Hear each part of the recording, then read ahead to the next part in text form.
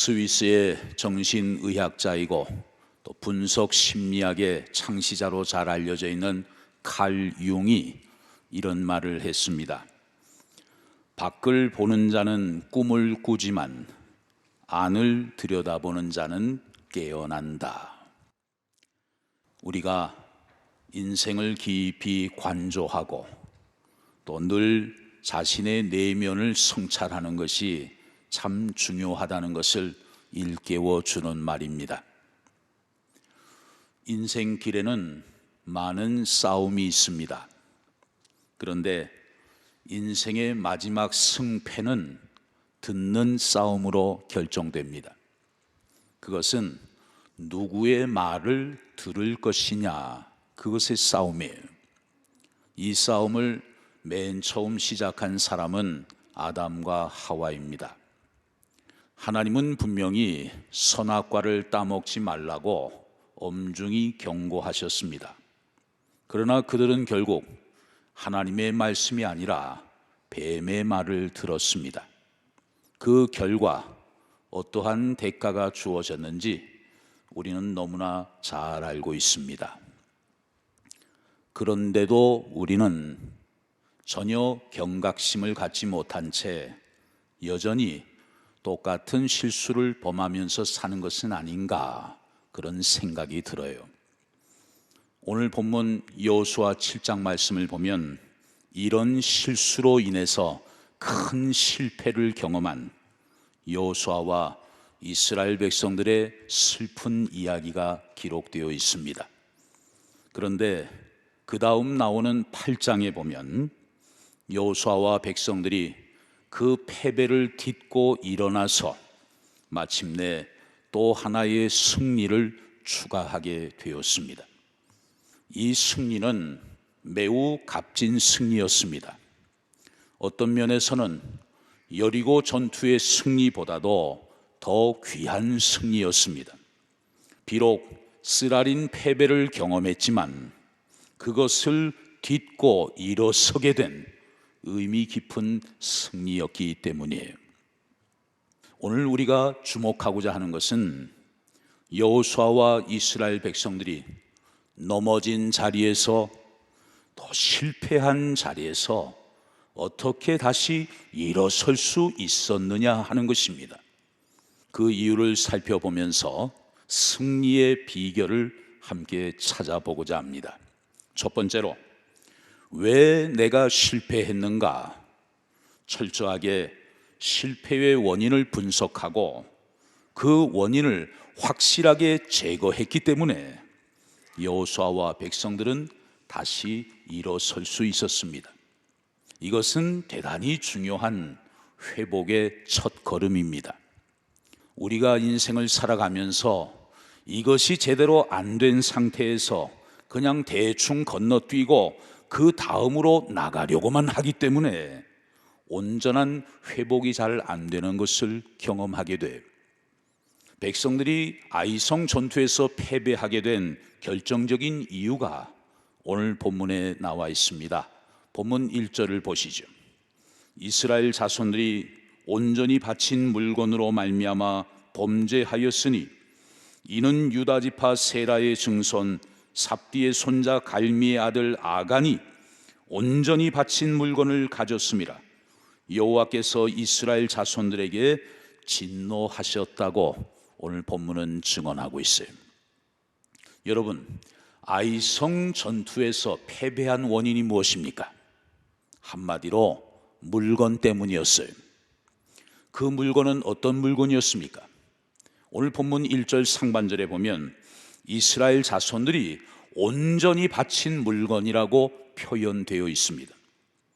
하나님은 여리고 성을 무너뜨리기 전에 여호수아를 통해 미리 백성들에게 명령하셨습니다. 여호수아 6장 17절 18절에 보면 이 성과 그 가운데 있는 모든 것은 여호와께 온전히 바치되 기생 라합과 그 집에 동거하는 자는 모두 살려주라. 이는 우리가 보낸 사자들을 그가 숨겨 주었음이니라. 너희는 온전히 바치고 그 바친 것 중에서 어떤 것이든지 취하여 너희가 이스라엘 진영으로 바치는 것이 되게 하여 고통을 당하게 되지 아니하도록 오직 너희는 그 바친 물건에 손대지 말라 말씀하셨어요. 그런데 뜻밖의 사고가 일어나고 말았습니다. 백성들 중에 하나님의 이 말씀을 무시하고 물건을 취해서 자기 집에 감춘 사람이 있었어요. 알고 봤더니 유다 지파 가문의 아간이라는 사람의 소행이었습니다. 그 훔친 물건이 무엇인지 나중에 아간이 이실직고를 하게 돼요. 여호수아 7장 21절에 보면 내가 노력한 물건 중에 시날산의 아름다운 외투 한 벌과 은 200세겔과 그 무게가 50세겔 되는 금덩이 하나를 보고 탐내어 가졌나이다. 여기 보면 시날산이라는 단어가 나오죠. 어떤 분이 저에게 질문을 했습니다. 목사님, 시날산은 어디에 있는 산인가요? 이 시날산은 산 이름이 아니죠. 시날, 히브리어로 쉰나르라는 단어를 썼습니다. 두 개의 강 사이를 말하는 단어예요. 그리고 산은 원산지를 의미하죠. 미국산, 중국산 할 때 그 산이에요. 시날, 두 개의 강 사이, 티그리스 강과 유프라테스 강 사이의 땅을 말합니다. 그것은 고대 세계의 문명을 선도하던 메소포타미아, 즉 바벨론의 평야를 지칭하고 있어요. 당시 그것은 고급 외투의 원산지였습니다. 거기서 만들어진 외투이니까 오늘날로 말하면 세계 최고의 명품이에요. 명품 외투와 또 반짝이는 은과 금덩어리를 보니까 아간의 눈이 확 돌아가 버린 것이죠. 여리고성 전투에서 승리하고 얻은 것들은 다 하나님께 온전히 바쳐져야만 했습니다. 그런데 그 가운데 예외가 있었어요. 하나님을 믿고 의지함으로 이스라엘 백성들의 정탐꾼들을 살려주었던 기생 라합과 그의 가족들, 그리고 그에게 속한 모든 것들은 생명의 세계를 누리면서 살아가도록 하나님이 다 살려주셨습니다. 그리고 이것을 언약으로 맺으시면서 너희가 라합처럼 하나님을 믿고 의지하면 나는 너희의 하나님이 되고 너희는 영원히 내 자녀가 되리라 하나님이 약속해 주신 거예요. 여러분, 이 대목이 중요합니다. 아간이 범한 죄는 단순히 물건을 훔친 죄가 아니에요. 하나님과 이스라엘 백성들 사이에 세워진 이 언약을 깨버린 것입니다. 하나님의 언약이 빠져버린 물건, 여리고 성에서 하나님이 심판해버리신 그 물건을 탐욕의 눈이 멀어서 아간이 그 물건을 취하고 만 것입니다. 하나님의 백성임에도 불구하고, 하나님과 언약 관계에 있음에도 불구하고 하나님의 저주를 받은 물건, 하나님이 심판해버리신 그 물건이 탐이 나서 몰래 아간이 취하고 말았어요. 결국 하나님의 진노를 사게 된 것입니다. 여러분, 인간은 누구나 다 본능적으로 소유에 집착하는 경향이 있어요. 할 수만 있다면 좋은 것을 더 많이 갖고 싶은 것, 이거 여러분 인지상정 아닙니까? 그런데 문제는 그렇게 소유에 집착하다 보면 나도 모르게 내 마음속에 탐심이 생기게 된다는 거예요. 이 탐심이 얼마나 무서운가 하면, 탐심은 우리 눈을 가리고 우리 귀를 막아버립니다. 그래서 하나님의 말씀이 안 보이게 되고 하나님의 말씀이 들리지 않게 돼요. 그러다 보니까 어느 순간 하나님이 계셔야 할 자리에 물질이 들어오게 되는 거죠. 그래서 자기도 모르게 물질을 섬기게 되는 것입니다. 결국 이 탐심이 우리를 멸망의 길로 이끌어가는 거예요. 그래서 골로새서 3장 5절 하반절에 보면 탐심은 우상 숭배니라 말씀했습니다. 한번 따라해 보십시다. 탐심은 우상 숭배니라. 아간은 참 안타깝게도 소유에 집착했습니다. 그것이 탐심으로 발전했습니다. 탐심이 생기니까 하나님의 말씀보다도 그 물건이 더 귀하게 보였어요. 그래서 하나님이 심판하신 썩은 것들을 그만 탐욕으로 취하고 말았어요. 그래서 하나님은 크게 진노하셨고 결국 아이성에서 하나님은 역사하시지 않았던 것입니다. 여러분, 우리는 여기에서 매우 중요한 교훈을 하나 발견하게 됩니다. 아무리 좋아 보이는 시날산의 외투와 반짝이는 은과 금이 있다 하더라도 하나님이 금하신 것은 절대로 취하면 안 된다는 거예요. 소유에 집착하고 탐욕을 억제하지 못해서 그것들을 취하게 되면 우리는 반드시 고통을 당하게 되고 쓰라린 패배를 경험할 수밖에 없다는 것입니다. 그런데 더 중요한 사실이 있어요.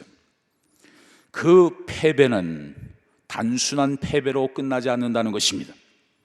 하나님의 말씀을 가볍게 여기고 탐욕과 욕망의 노예가 되어서 하나님이 금하신 것을 취한 아간이 결국 어떻게 되었을까요?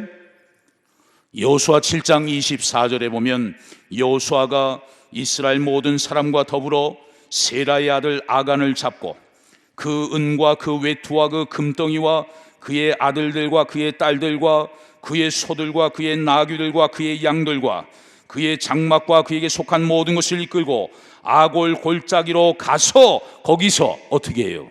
돌로 치고 그것을 다 불살라 버렸어요. 그리고 그 위에 돌무더기를 크게 쌓았습니다. 그 이름이 뭡니까? 아골 골짜기.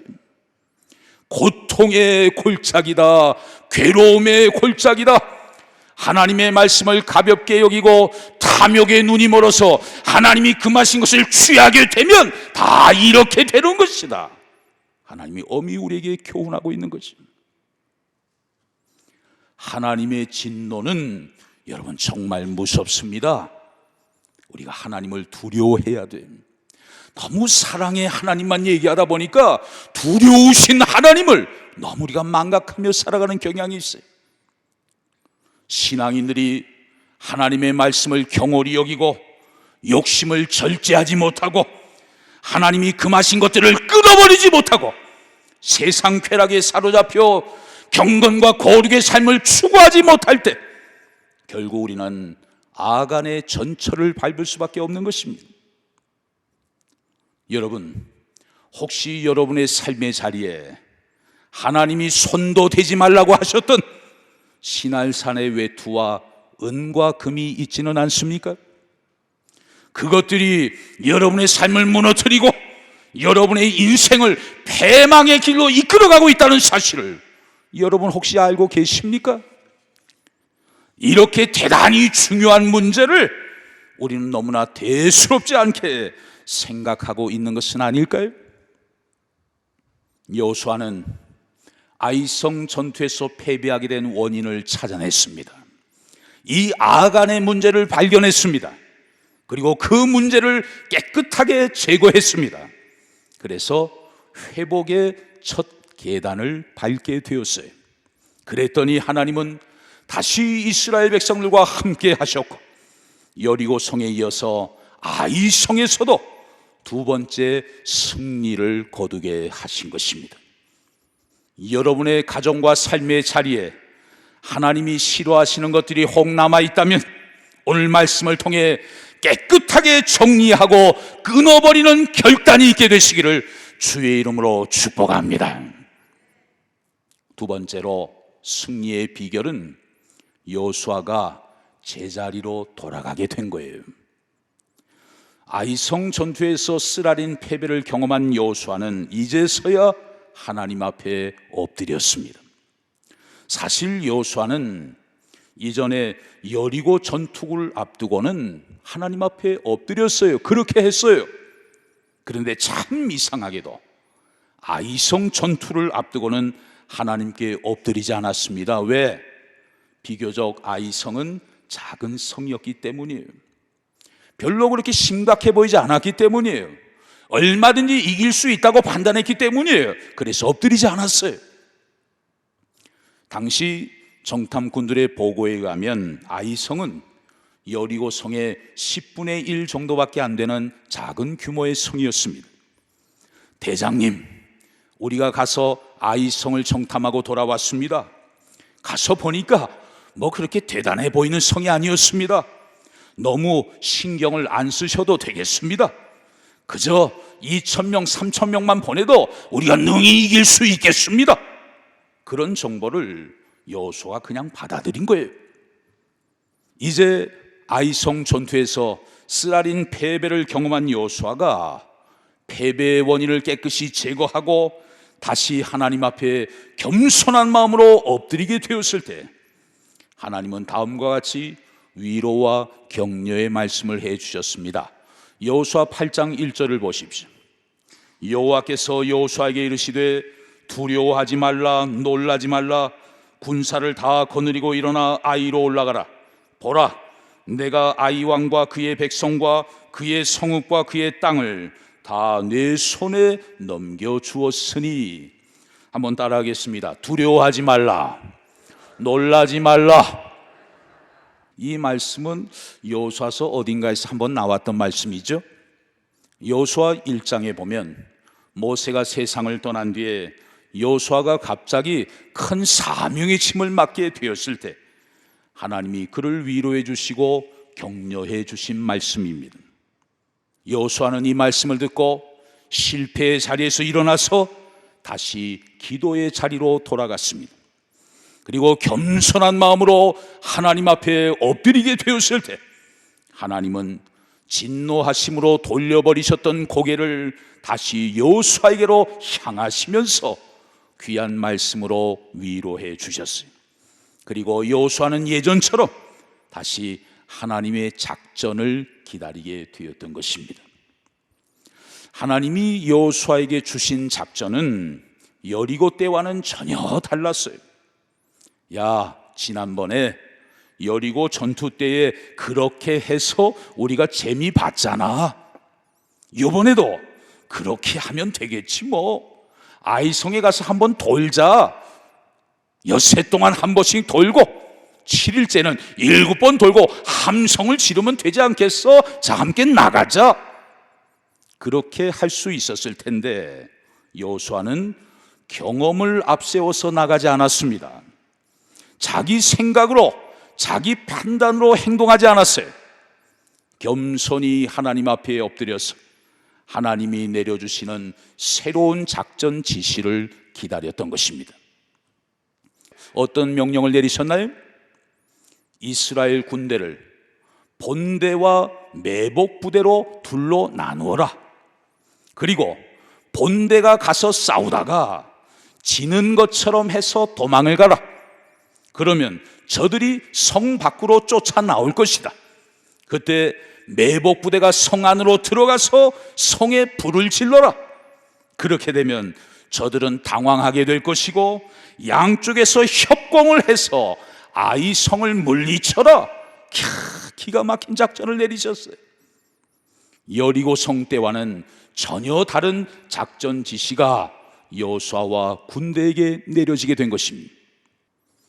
여러분, 우리는 신앙생활을 할 때 두 가지 면이 조화를 이루어야 합니다. 하나는 작은 일도 크게 볼 줄 알아야 합니다. 왜냐하면 하나님은 우리가 작은 일을 어떻게 처리하느냐를 보시고 우리에게 더 큰 일을 맡겨주시기 때문이에요. 인간은 어쩔 수 없이 작은 일은 소홀히 여기게 되고 또 무시하는 경향이 있습니다. 하나님은 그런 우리들에게 말씀하십니다. 스가랴 4장 10절 상반절에 보면 작은 일의 날이라고 멸시하는 자가 누구냐? 작다고 멸시하는 자가 누구냐? 작다고 소홀히 여기는 자가 누구냐? 우리끼리 있을 때는 뭐 작다 크다 말할 수 있을지 몰라요. 그러나 하나님 앞에서는 작은 일, 큰 일이 따로 없는 것입니다. 그러므로 우리가 하나님 앞에서 해야 할 일은 큰 일이든 작은 일이든 하나님의 은혜 없이는 우리가 결코 해낼 수 없다는 사실을 날마다 하나님 앞에 고백해야 합니다. 그리고 겸손하게 하나님 앞에 엎드리면서 매일 매순간 하나님의 은혜와 도우심을 간구하며 나아가야 하는 것이죠. 그렇게 할 때 저번에는 저렇게 작전을 내려주신 하나님이 이번에는 이렇게 작전을 내려주셔서 우리가 잘 감당해낼 수 있도록 도와주실 줄로 믿습니다. 또 다른 하나는 큰 일도 작게 볼 줄 알아야 한다는 거예요. 여러분, 우리가 인생을 살아가다 보면 전혀 예상치 못한 어려운 일들을 만날 수가 있습니다. 어떤 때는 질병을 통해서, 교통사고를 통해서, 재정적인 문제를 통해서도 우리 삶의 자리에 위기가 찾아올 수가 있어요. 그런데 그런 일들이 나에게는 큰 일이지만 우리 하나님께도 큰 일이겠습니까? 결코 그렇지 않아요. 우리가 믿는 하나님은 어떤 분이십니까? 이사야 40장 15절 17절에 보면 보라, 그에게는 열방이 통에 한 방울 물과 같고 저울의 작은 티끌 같으며 섬들은 떠오르는 먼지 같으리니 그의 앞에는 모든 열방이 아무것도 아니라 그는 그들을 없는 것 같이 빈 것 같이 여기시느니라 말씀했습니다. 하나님은 어떤 분이십니까? 세계 열방을 통에 한 방울 물과 같이 여기시는 분이에요. 또 세상 나라들을 저울의 작은 티끌처럼 여기는 분이시에요. 또 수많은 섬들을 한낱 떠오르는 먼지처럼 여기는 분이에요. 그런 분에게는 우리가 지금 아이고 큰일 났구나, 아이고 죽게 생겼네, 그런 큰일도 마치 없는 것과 같은 작은 먼지와도 같은 그런 일에 불과한 것입니다. 그러므로 하늘과 땅과 그 가운데 있는 모든 만물을 창조하신 하나님, 죽은 자를 살려내시고 없는 것을 있는 것처럼 부르시고 바랄 수 없는 중에도 능히 바라게 하시는 전능하신 하나님, 그 하나님이 여러분의 아버지가 되셔서 오늘의 위기를 잘 극복해 나아갈 수 있도록 여러분의 인생길을 날마다 인도해 주실 줄로 믿습니다. 사랑하는 성도 여러분, 오늘 본문은 분명히 쓰라린 실패의 기록을 담고 있어요. 그러나 그 결말은 비극으로 끝나지 않았습니다. 여호수아와 백성들은 다시 일어났습니다. 어떻게 그럴 수 있었을까요? 하나님과의 약속을 어기고 더러운 물건을 취한 그 문제가 발견되었을 때 그 문제의 원인을 철저하게 제거했습니다. 그리고 지도자로부터 백성들에게 이르기까지 다시 하나님 앞에 엎드리면서 처음의 자리로 돌아갔습니다. 우리도 하나님의 말씀 앞에서 그동안 나태해지고 게을러진 신앙생활을 점검하고 하나님이 기뻐하시지 않는 더러운 것들을 깨끗하게 끊어버리고 깨끗하게 버리고 다시 하나님 앞에 엎드리는 처음의 자리로 돌아가야 합니다.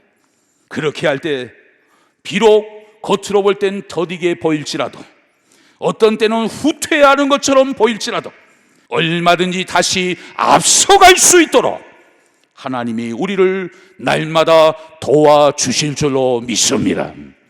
그래서 큰 여리고성 전투에서도 승리하고 작은 아이성 전투에서도 방심하다가 패배하지 아니하고 축복의 중심부를 향해서 날마다 한 걸음 한 걸음 나아갈 수 있는 복된 여러분, 행복한 저와 여러분들이 다 되실 수 있기를 주의 이름으로 축원합니다.